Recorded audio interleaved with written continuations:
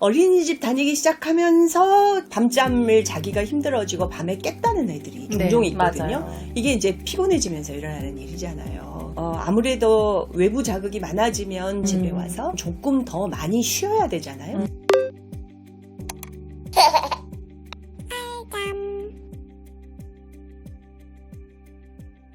안녕하세요, 알잠 멤버 여러분. 3월이면은 어린이집 첫 등원하는 아이들 정말 많죠. 그런데 등원을 거부하는 아이들, 그리고 분리불안이 아이들만 있는 게 아니라 어머님들도 약간 불안감이 높으신 분들이 좀 많은 것 같아요. 어떻게 하면 되지? 어떻게 하면 이 아이와 잘 헤어질 수 있을까? 이런 걱정을 하시는 분들이 많으신데, 오늘 여기에 대한 꿀팁들을 준비 많이 했죠. 이 꿀팁 끝까지 한번 보시고 우리 아이들이 첫 등원도 성공적으로 할 수 있기를 바라보겠습니다. 그럼 첫 번째 꿀팁 팀장님께서 좀 알려주시겠어요?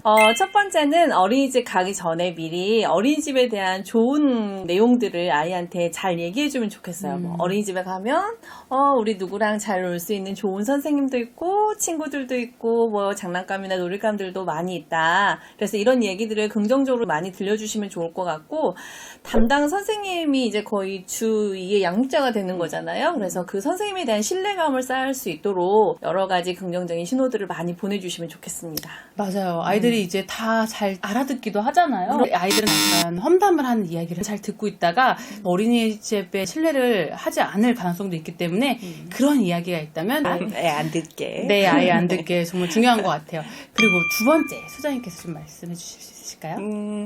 엄마 마음이 애들한테 그대로 고스란히 전달이 되잖아요. 맞아요. 그래서 엄마가 불안해하면 애도 불안한 거고, 엄마가 아무렇지도 않으면 애도 정말 아무렇지도 않잖아요. 그러니까 헤어질 때 정말 아무렇지도 않게 씩씩하게 헤어지셔야 돼요. 뭐 헤어지는 게 무슨 엄청 큰 이벤트인 것처럼 하면은 점점 더 못 헤어진단 말이죠. 네. 그래서 아무렇지도 않게 오늘 잘 놀아 하고 좀 울더라도 그냥 씩씩하게 돌아서 오는 게 몇 번 반복이 되면 애는 정말 아무렇지도 않아지거든요. 헤어질 때는 정말 밝고 쾌활하게 헤어지는 게 정말 중요합니다. 안 그러면 아이들도 불안할 거니까요. 네. 그럼요.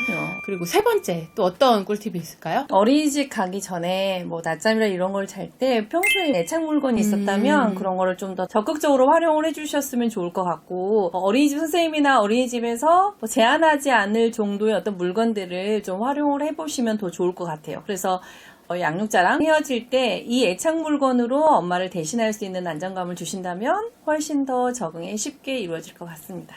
네. 그리고 어머님들 낮잠 시간 정말로 그럼요. 어려워하시잖아요. 네, 근데 이거를 미리 준비해야 한다는 생각을 잘 못하는 분들이 있는 것 같아요. 어린이집 다니는 원령이면 대부분 낮잠을 한 번 정도 자는 원령일 그러죠. 때 많이 다니잖아요. 맞아요. 그러면은 어린이집 낮잠 시간하고 집에서 낮잠 시간이 맞아야 어린이집에서 재우는 시간에 애가 졸리겠잖아요. 근데 그 시간을 미리 준비를 해서 기상 시간부터 맞춰야 되겠잖아요. 기상 시간, 낮잠 시간, 저녁에 잠드는 시간, 이걸 어느 정도 준비를 해서 맞춰서 어린이집 선생님이 재우기 시작할 때 애가 충분히 준비가 돼서 잘 잘 수 있도록 해야 되는데, 그렇지 않으면 너무 피곤해서 보채거나 졸리지 않아가지고 이불 속에서 혼자 힘들어하거나 이런 일이 생기겠잖아요. 그래서 다른 준비와 함께 낮잠 시간을 맞추는 것도 미리 좀 준비하셨으면 좋겠습니다. 네. 좀 일찍 가게 돼서 두 번 자는 아이들도 좀 있잖아요. 이런 경우에는 미리 아이들의 두 번 낮잠 시간을 좀 세팅해서 선생님께 알려드리고 그 시간에 재워주십사 말씀을 드리는 것도 좋을 것 같아요. 영아반의 경우에는 한 반에 아이들이 한 3명 정도밖에 되지 않거든요. 그래서 충분히 가능한 이야기라 그렇게 원령이 어리다면 한번 진행을 해보면 좋을 것 같습니다. 그리고 또 놓치지 말아야 할 것 중에 하나가 있는데, 아이들이 하원하고 와서 엄마도 물론 스킨십을 좀 많이 하고 또 많이 놀아주려고 하다가 아이들이 과자극되는 경우가 있잖아요. 네. 정말 이거 주의해야겠죠, 선생님? 네, 그럼요. 어린이집 다니기 시작하면서 밤잠을 자기가 힘들어지고 밤에 깼다는 애들이 종종 있거든요. 맞아요. 이게 이제 피곤해지면서 일어나는 일이잖아요. 아무래도 외부 자극이 많아지면 집에 와서 조금 더 많이 쉬어야 되잖아요. 애는 이미 막 자극돼가지고 집에 와서 방방거리고 있을 테니 수면 의식을 충분하게 해서 충분히 이완과 진정을 시키고 너무 잠자리가 늦어지지 않도록 않도록 조심해서 아이가 피곤하지 않도록 하는 게 꼭 명심하셔야 할 일입니다. 아이가 방방 뛴다고 해서 아이가 지금 안 졸린 게 아니라 과자극이 돼서 지금 방방 뛰는 상황인 거거든요. 그래서 이런 상황에는 오히려 30분 정도 일찍 재우기를 시도하시고, 마지막으로 정말 중요한 건 하원 후에 아이들은 엄마의 사랑이 조금 고플 수도 있어요. 그렇기 때문에 아이와 충분한 스킨십과 공감할 수 있는, 서로 교류할 수 있는 그런 놀이들을 진행해 주는 것도 정말 중요하겠습니다.